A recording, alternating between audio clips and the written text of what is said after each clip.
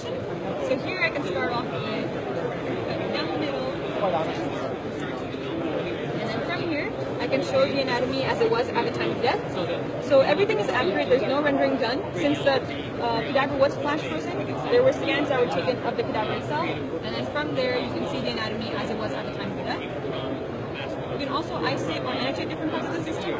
So in this case, I can start by removing the skin, removing the skeletal system, and other structures until I'm left with the gastrointestinal system. From here, I can get a better view by just zooming in. And I can also get a posterior view by just giving it a little spin. And in this case, I can start removing different structures and getting the annotation of any structure I removed. And I have this undo button where I can bring everything back up. This is amazing.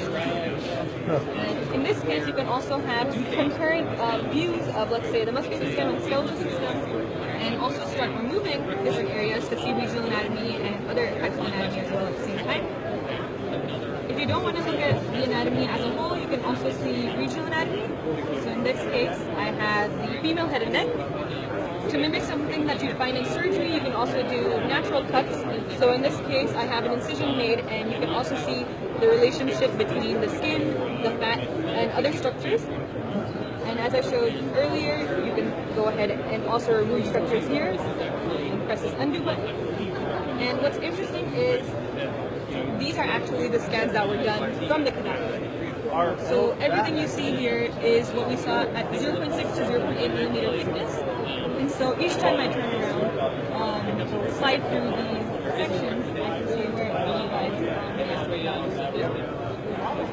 and you're not just limited to the head and neck, you also have areas like the brain, large areas like the thorax and the abdomen, all the way down to the leg and foot. And what's most interesting to me is you can load in your own patient CT or MRI scans, and from there you can get a 3D model of what you're seeing. So here we have a post-operative scan of a patient with a brain aneurysm, and this is the actual CT that was provided. You can go ahead and slide through the CT and see exactly where the clips were placed as well. So if I go down here, it'll show where it is. And same functionality as before.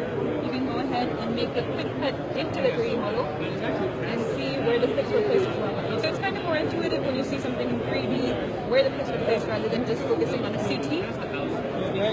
And you can also add in some vasculature if needed. And you can also move it back down. There's other ways where you can utilize this, where I bring in transparent, soft, and hard tissue. And so in this case, you still see where the clips were placed.